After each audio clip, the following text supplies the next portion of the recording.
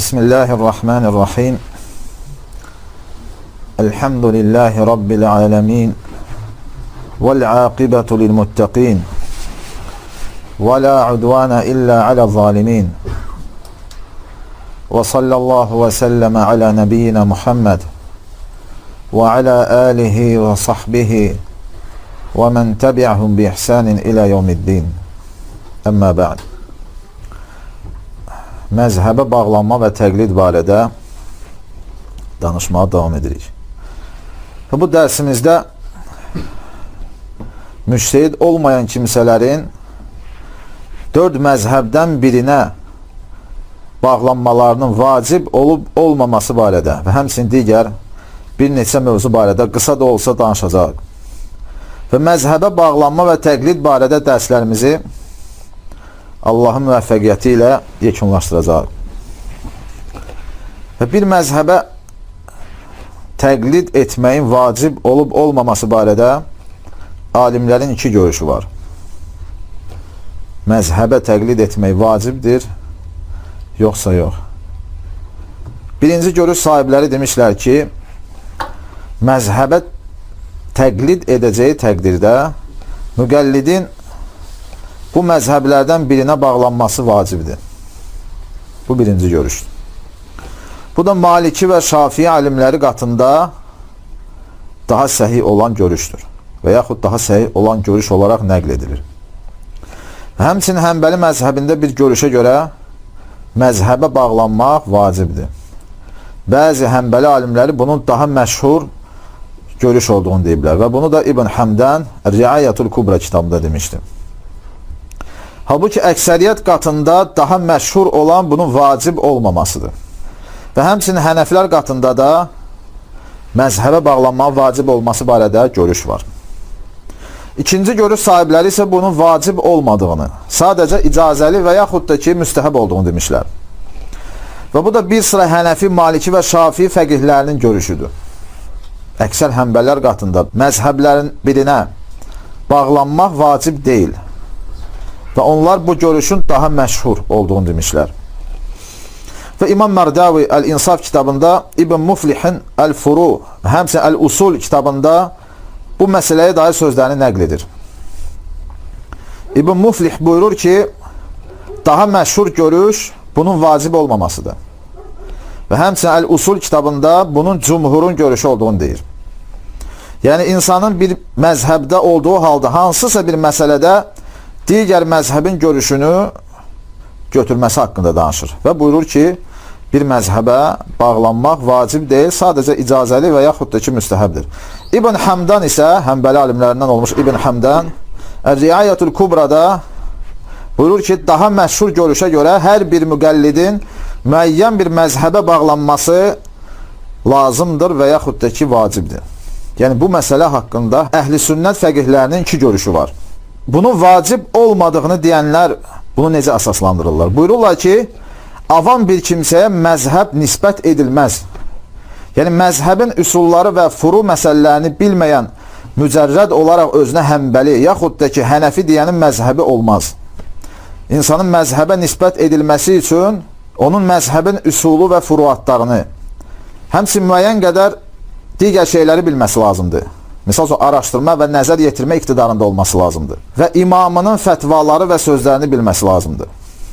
Ancaq adi bir avamın, yaxud da ki, sıravi bir müsəlmanın ictihad dərəcəsinə çatan insanların görüşlərini soruşub, onların ictihadının gərəyinə uyğun olaraq əməl etməsi gərəkdir. Yəni, avam istənilən halda təqlid etməlidir.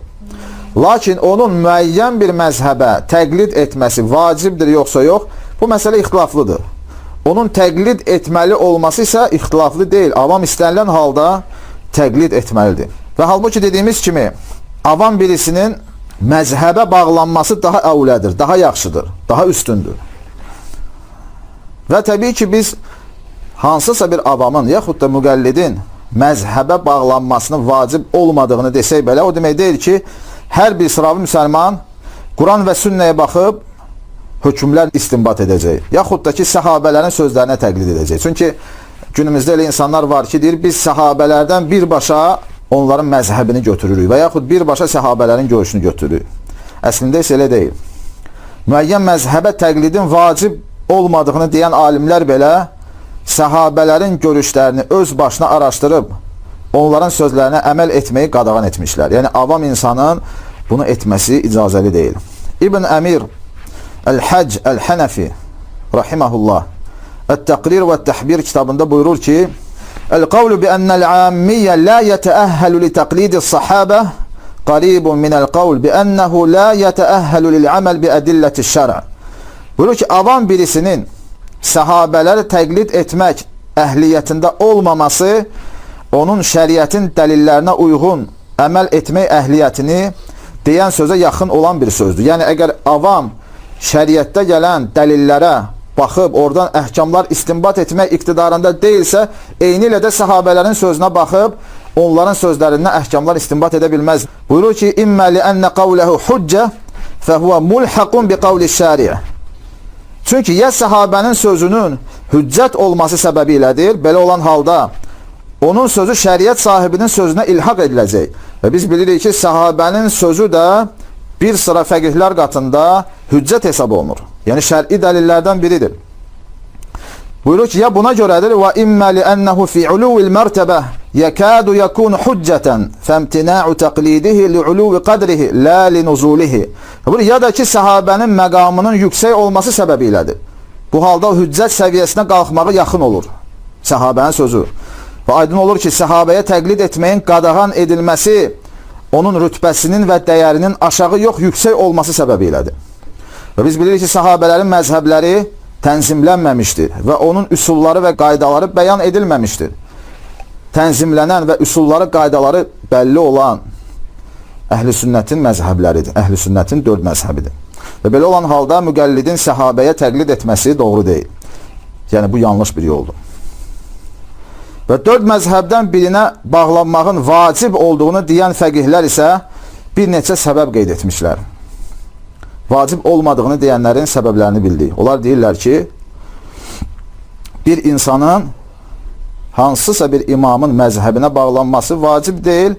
Çünki səhabələrin dönəmində səhabələr müxtəlif alimlərə suallar verərdilər və onlardan cavabları alardılar. Yəni, alim sahabələr var idi. Onların hamısına sual verərdilər.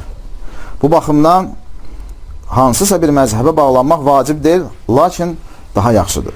Məzhəbə bağlanmağın vacib olduğunu deyənlər isə müxtəlif səbəblər qeyd etmişlər. Misal üçün, Maliki fəqihi Ən-Nəfravi Əl-Fəvakihud-Dəvani kitabında buyurur ki, وَقَدْ اِنْعَقَدَ إِجْمَاعُ الْمُسْلِمِينَ الْيَوْمَ عَلَى وُجُوبِ مُتَابَعَةِ وَاحِدٍ مِنَ الْأَئِمَّةِ الْأَرْبَعَةِ Əbi Hənifə və Məlik və Şəfi'i və Əhməd ibn Həmbəl radiyallahu anhum əcməin. Buyurur ki, günümüzdə olan müsəlmanlar 4 imamdan birinə tabiçiliyin vacibliyinə icma etmişlər. Çünki artıq 4 imamın məzhəbi oturuşmuş və bütün digər məzhəblər yoxa çıxmışdır. Və səhabələrin də görüşləri, səhabələrin məzhəbləri bu 4 məzhəbdə öz əksini tapmışdır. Nəfravi buyurur ki, onun dönəmində müsəlmanlar o məzhəblərə təqlid etməyin vacibliyini qeyd etmiş və bunu icma etmişlər. Və bu imamlar da Əbu Hənifə, Məlik, Şəfi'i və Əhməd ibn Həmbəldir.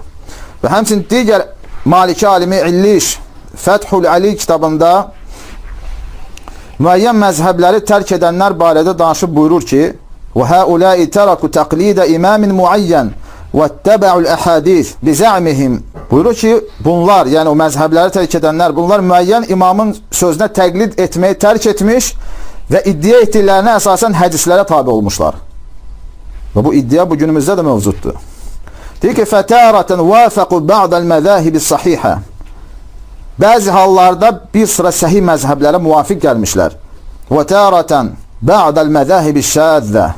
Bəzən isə şəz məzhəblərə uyğun gəlmişlər. Məzhəbləri tərk edənlər və səhih hədislərin dalınca düşənlər bəzən bəli səhih məzhəblərin yoluna muvafiq gəlmişlər. Bəzən isə şəz görüşlərə muvafiq gəlmişlər. Buyurur ki, وَتَارَةً خَرَقُ الْإِجْمَعِ. Bəzən isə icmanı pozmuşlar. Əhl-i sünnətin icmasına müxalif gəlmişlər.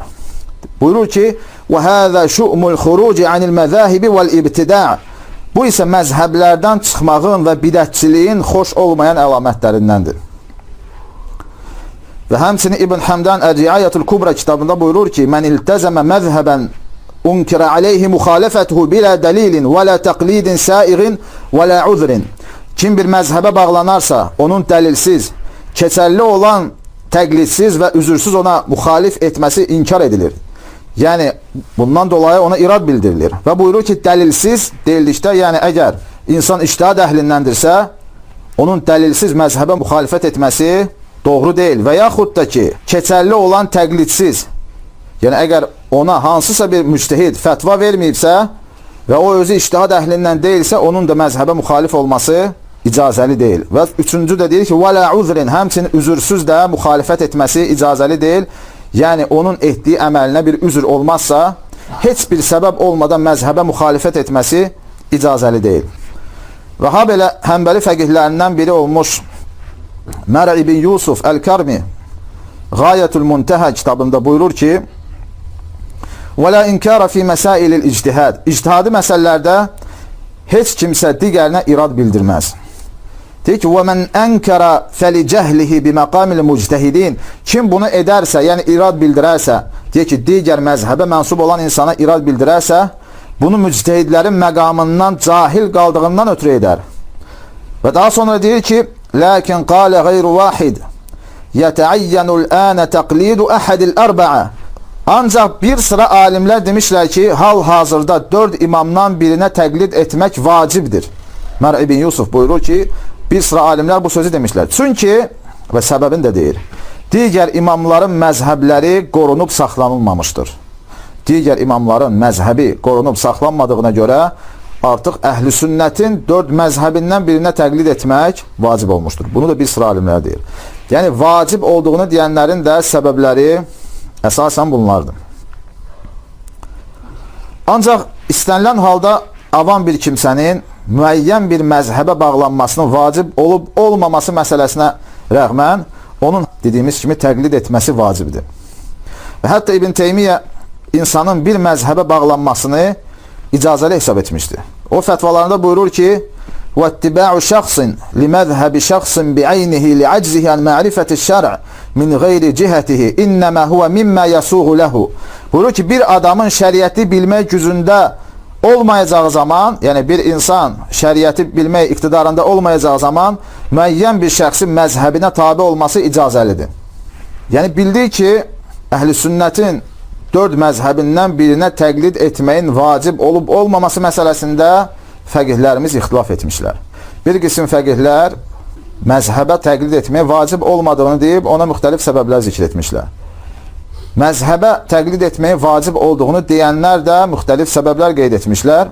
Lakin istənilən halda müqəllid müctehidə təqlid etməlidir. İstənilən adama yox, elm tələbəsinə deyil, yaxud da hətta alimə deyil, müctehidə təqlid etməsi lazımdır. Bəli, yəni hansısa bir elm tələbəsi və yaxud alim müctehidin məzhəbini ona nəql edirsə, onun sözünə etibar edib, ona əməl edə bilər. Və bunu da müctehidin məzhəbi olaraq qəbul edə bilər.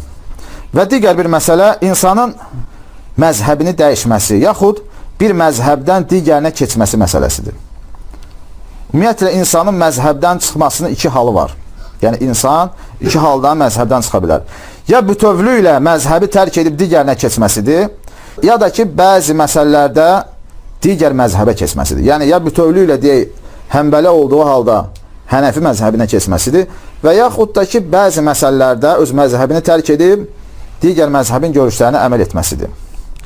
İmam Suyuti rahimehullah teala bir insanın bütövlüklə bir məzhəbi tərk etməsi barədə Cəzilül Məvahib fi İxtilafil Məzahib kitabında danışır və bunun bir neçə halını qeyd edir. Və onun sözlərinin xülasəsini deyirəm. Birinci hal, bir neçə halı qeyd edir. Birinci hal, insanın məzhəbini dəyişməsi hansısa dünyavi işdən, yaxud dünyavi mənfəətdən ötürü olur. Misal üçün, vəzifə almaq üçün, yaxud hansısa bir hökümdarın yanına yaxın olmaq üçün öz məzhəbini dəyişir. Alimlər buyururlar ki, bunun hökmü Ummu Qeysdən ötürü hicrət edən adamın hökmündədir. Yəni, Allah Rəsul sallallahu aleyhi və səlləm Məkkədən Mədinəyə hicrət etdikdə bir insan bir qadından ötürü hicrət edir. Yəni, Məkkədən Mədinəyə hicrət edir. Və Allah Rəsul sallallahu aleyhi və səlləm buyurur ki, İnnəməl ə'məlu bin niyyət və innəmə likulli imri'in mə nəvə فَمَنْ كَانَتْ هِجْرَتُهُ إِلَى اللّٰهِ وَرَسُولِهِ فَهِجْرَتُهُ إِلَى اللّٰهِ وَرَسُولِهِ وَمَنْ كَانَتْ هِجْرَتُهُ لِدُنْيَا يُصِيبُهَا اَوْ اِمْرَأَةٍ يَنْكِحُهَا فَهِجْرَتُهُ اِلَى مَا هَاجَرَ اِلَيْهِ. Və Allah Resulü sallallahu aleyhi ve sellem bu hədisdə buyurur ki, əməllər niyyətlərə görədir. Və sonra buyurur ki, kimin hicrəti Allah və Resulü üçün olarsa, bəli, onun hicrəti səhih olar. Həqiqətən Allah və Resulü üçün olar. Ancaq kimin hicrəti əldə etdiyi dünya mənfəətindən ötürü və yaxud evlənəcəyi qadından ötürü olarsa, onun edəcəyi hicrət də elə ondan ötürü olar. Yəni, onun hicrət savabı yazılmaz. Və bu səbəbdən əgər bir insan deyir ki, hansısa bir məzhəbi tərk edib digər məzhəbə keçərsə və bunu dünya mənfəətindən ötürü edərsə, o bundan yalnız günah qazanar. Allah qatında riyakarlardan hesab olunar. Bu cür məzhəb dəyişmə icazəli deyil. İkinci hal isə dini məqsəddən ötürü məzhəbini dəyişməsidir. Dini məqsəddən ötürü, dünya məqsəddən ötürü deyil. Misal üçün bir adam fəqihdir. Lakin müştehid deyil, yəni fəqihdir, alimdir. Yəni hər bir fəqihin də müştehid olması gərək deyil. Yəni bu məsələ barədə danışmışıq. Və o insan fəqihdir və onun qatında digər məzhəb daha üstün hesab olunur. Yəni onun üçün həmin məzhəbin dəlilləri daha aydın olur. Və həmin məzhəbin qaydalarını anlamaq da ona daha asan gəlir. Bu halda həmin insanın digər məzhəbə keçməsi icazəlidir. Çünki məqsəd dini məqsəddir. Həmin məzhəbin dəlilləri onun üçün daha aydındır. Onun üçün daha rahat anlaşılır. Ancaq fəqih olmayan bir insan hansısa bir məzhəbi öyrənib, orada heç bir şey əldə edə bilməzsə, misal üçün bir adam fəqih deyil, lakin o məzhəbi öyrənir və orada heç bir şey öyrənə bilmir. Və ona daha asan və daha tez anlaşılan məzhəb tapır və həmin məzhəbi öyrənmə niyyətinə düşür. Bu halda alimlərin dedikləri kimi onun həmin məzhəbə keçməsi vacib olur və elmsiz halda qalması haram olur. Bu cür insanın o məzhəbə keçməsi vacib olur. Çünki insanın 4 məzhəb imamından birinin məzhəbini öyrənməsi cəhalət üzərə qalmasından daha xeyirlidir. Hənəfilərin böyük imamlarından olmuş İmam At-Tahavi öncələr Şafi məzhəbi üzərə olub. Və İmam Tahavinin rahiməhullah dayısı İmam Şafi'nin ən yaxın şagirdi İmam Əl-Muzənidir. İmam Əl-Muzəni mütləq müştehidlərdən hesab olunurdu. Yəni müntəsib müştehidlərdən idi. Və İmam Tahavi də İmam Muzəninin bacısı oğlu idi. Və Şafi məzhəbində idi. Və ona Şafi məzhəbini öyrənmək çətin gəlirdi. Və onun dayısı da and içir ki, Tahavi bu məzhəbdə heç bir şey öyrənə bilməyəcək. Yəni deyir ki, sən bu məzhəbi öyrənə bilməyəcəksən. Bu məzhəbin məsələlərini anlamırsan. Və İmam Tahavi məzhəbini dəyişib Hənəfi olur. Və Allah Cəllə və Alə onu bu məzhəbdə müvəffəq edir. Böyük imamlardan birinə çevrilir. Və Şərh-u Mə'anil Əthar kitabını yazır. Yəni əzəmətli bir kitab yazır. İmam Tahavi deyərdi ki, "Ləv əşə xali kəffər an yeminihi." Əgər mənim dayım sağ olsaydı, and içdiyindən ötürü kəffarə verərdi. Yəni mən fəqihlərdən oldum.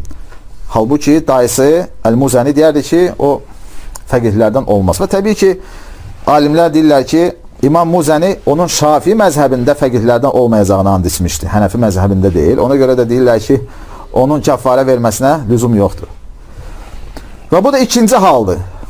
İkinci halda əgər dini məqsəddən ötürü məzhəbi dəyişərsə, fəqihdirsə, bunu edə bilər.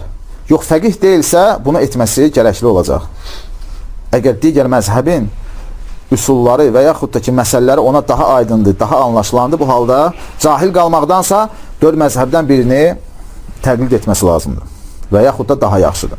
Üçüncü hal isə, yəni biz hansı hallardan danışırıq? İnsanın bütövlüklə bir məzhəbi dəyişməsidir. Üçüncü hal isə insanın nə dünyavi, nə də dini səbəbdən ötürü deyil, mücərrəd olaraq məzhəbi dəyişmək istəməsidir. Yəni heç bir səbəb yoxdur, nə dünyavi səbəb yoxdur, nə də ki dini səbəb yoxdur. İmam Suyuti rahiməhullah buyurur ki, avam bir kimsənin bunu etməsi icazəlidir. Avam bir kimsənin bunu etməsi icazəlidir. Fəqihin isə bunu etməsi məkruhdur. Nə üçün məkruhdur? Çünki fəqih hansı bir məzhəbdə müəyyən biliyə yiyələnmiş olur. Əgər o məzhəbin dəyişərsə, artıq onun digər məzhəbi öyrənməsi, onun üsullarını və digər şeyləri öyrənməsi üçün müəyyən vaxt lazımdır. Və bu da haradasa vaxt itkisinə gətirib çıxardığına görə alimlər deyirlər ki, fəqihin heç bir səbəb olmadan məzhəbini dəyişməsi, yəni nə dünyavi, nə də ki, dini bir səbəb olmadan məzhəbini dəyişməsi sadəcə məkruhdur. Düz, haram deyil, lakin məkruhdur. Qeyd olunan səbəbə görə. Və bu bütövlüklə bir məzhəbi tərk etmək və digər məzhəbə keçmək barədə alimlərin sözləridir. Ancaq bir məzhəbin hansısa bir məsələsini tərk etmək mövzusuna gəldikdə isə bunu icazəli görən alimlər bunun üçün bir sıra şərtləri qeyd etmişlər. Misal üçün, hansısa bir müqəllid, məzhəbə təqlid edən kimsə digər məzhəbin görüşünü götürür. Buyururlar ki, bunu etmək icazəlidir, lakin müəyyən şərtlərin olması lazımdır. Misal üçün, buyururlar ki, rüxsətlərin və nəfsinə xoş gələn şeylərin ardınca düşməməsi səbəbilə olarsa. Misal, əgər bir insanın nəfsinə, digər məzhəbdə olan bir şey xoşuna gəlirsə və yaxud da ki, həmin o rüxsətlər onun nəfsinə daha xoşdursa, təbii ki, onun o məsələni götürməsi icazəli deyil. Yəni, bu nəfsi istəyə bağlı olan məsələ deyil. İnsanın şəhvətlərinə bağlı olan bir məsələ deyil. Həmçinin buyurur ki, iki məzhəb arasında təlfiq nəticəsində gələn batil bir formanı ixtira etməməlidir. Ümumiyyətlə, şəriətdə təlfiq nəyə deyirlər? Misal üçün, deyir ki, iki məzhəbdə olan bir məsələni cəm edir və onun nəticəsində bir hökm ortaya çıxarır. Və həmçinin deyirlər ki, bir məzhəbdən digər məzhəbə keçəcəyi zaman qəlbində genişliyi hiss etməsidir. Yəni, bunun könül xoşluğu ilə etməsidir.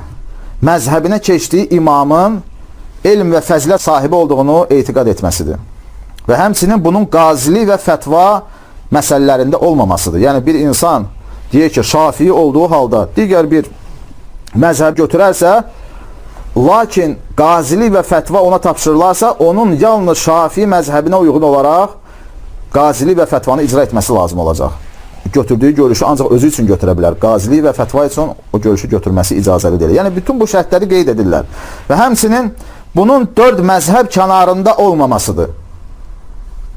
4 məzhəbdən kənar olmamasıdır.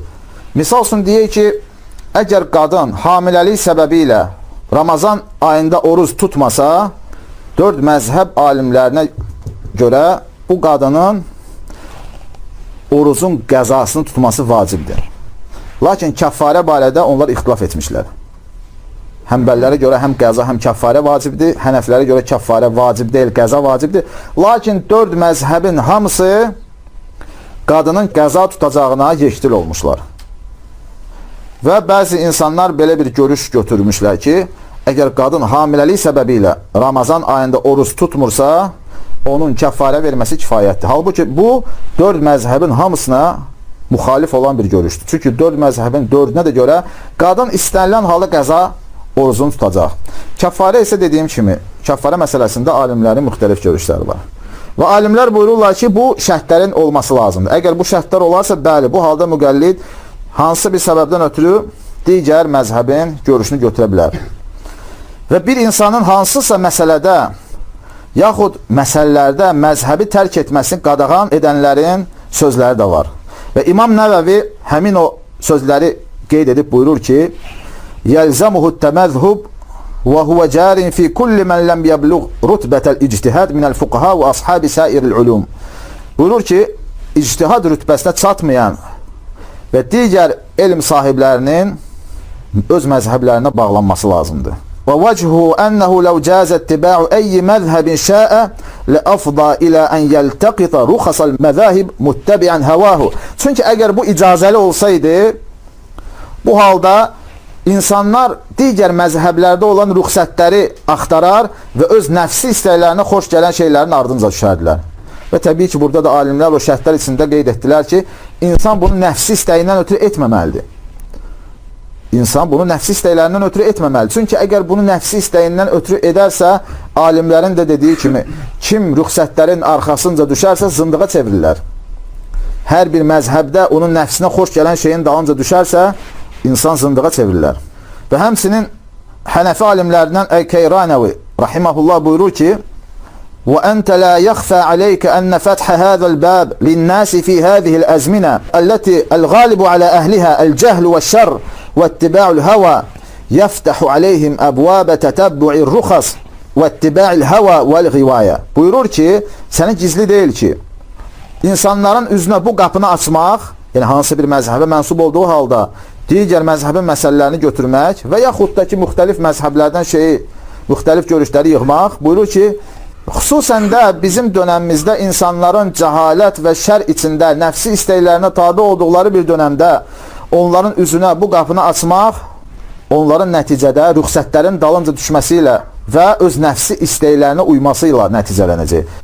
Və həmçinin fəqihlər yekdil olmuşlar ki, öncələr heç bir müctehid imamın demədiyi sözü götürüb ona əməl etmək icazəli deyil. İbnül Cəvzi rahiməhullah Mənaqibu Əhməd kitabında nəql edir ki, İmam Əhməd öz şagirdi Abdülməlik Əl-Meymuniyə belə demişdi. Ya Əbəl Həsən, İyyəkə ən tətəkəlləmə fi məsələtin leysə ləkə fiyhə imam.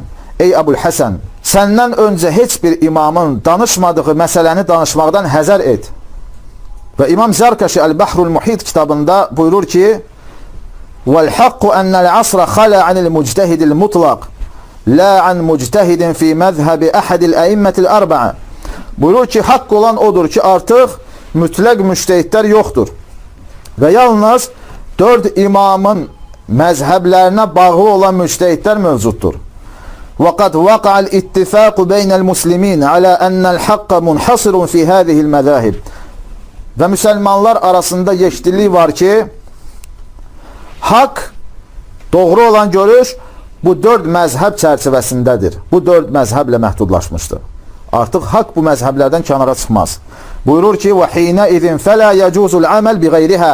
Buna əsasən digər görüşlərə, digər məzhəblərə uyğun olaraq əməl etmək icazəli deyil. Digər məzhəblərə tabi olmaq icazəli deyil. وَلَا يَجُوزُ أَنْ يَقَعَ الْاِجْتِهَادُ إِلَّا فِيهَا. Və həmsinin ictihad baş verəcəyi zaman yalnız bu 4 məzhəb çərçivəsində baş verməsi lazımdır. Dərsimizin xülasəsi olaraq ona demək olar ki, müqəllidlərin yaxud da ki, avam olan insanların əhl-i sünnətin 4 məzhəbindən birinə təqlid etməsi, onun rüxsətləri və əzimətlərini götürüb ona əməl etməsi, onun dininin asan olması üçün daha uyğundur, daha rahatdır. Halbuki onun vacib yaxud müstəhəb olması məsələsində alimlərin 2 görüşü var. Və bir insanın, bir məzhəbə bağlı olan insanın digər məzhəbə keçməsi üçün də alimlərin də qeyd etdiyi kimi müəyyən şərtlər var. Hansı bir məzhəbə bağlı olduğu halda digər məzhəbdə olan məsələni götürməsinə gəldikdə isə o barədə də alimlər müəyyən təfsilatı, müəyyən şərtləri qeyd etmişlər. Və ilk növbədə də insan hansısa bir məsələni digər məzhəbdə götürəcəyi zaman bunu nəfsinə, şəhvətlərinə xoş gəldiyindən ötürü etməməsi lazımdır. Və təbii ki, bu dərslər əsnasında məzhəbə bağlanma və təqlidlə əlaqəli olan, yəni bütün məsələlərə toxunmadıq. Və insanları daha çox maraqlandıran və ixtilaflara və çəkişməyə səbəb olan bəzi məsələlərə aydınlıq gətirməyə çalışdıq. Və bu dərslər əsnasında ictihad dərəcəsinə çatmayan müsəlmanın əhl-i sünnətin 4 imamından birinin məzhəbinə bağlanmasının icazəli və daha yaxşı olduğunu bildik. Yəni, insanın məzhəbə bağlanması məzhəbsiz olmasından daha xeyirlidir. Xüsusən də bizim yaşadığımız fitnələr və cəhalətin çox olduğu dönəmdə bu daha əvlədir, daha üstündür. Çünki bu məzhəblərdən hər biri Allah Rəsulunun sallallahu aleyhi və səlləm səhabələrinin yolunu insanlara daha aydın və daha doğru şəkildə çatdırır. Və həmçinin məzhəbə bağlanmanın, yəni dərslər əsnasında məzhəbə bağlanmanı inkar edənlərin müəyyən iradlarını gətirdik və ona qısa şəkildə də olsa cavablar verdik.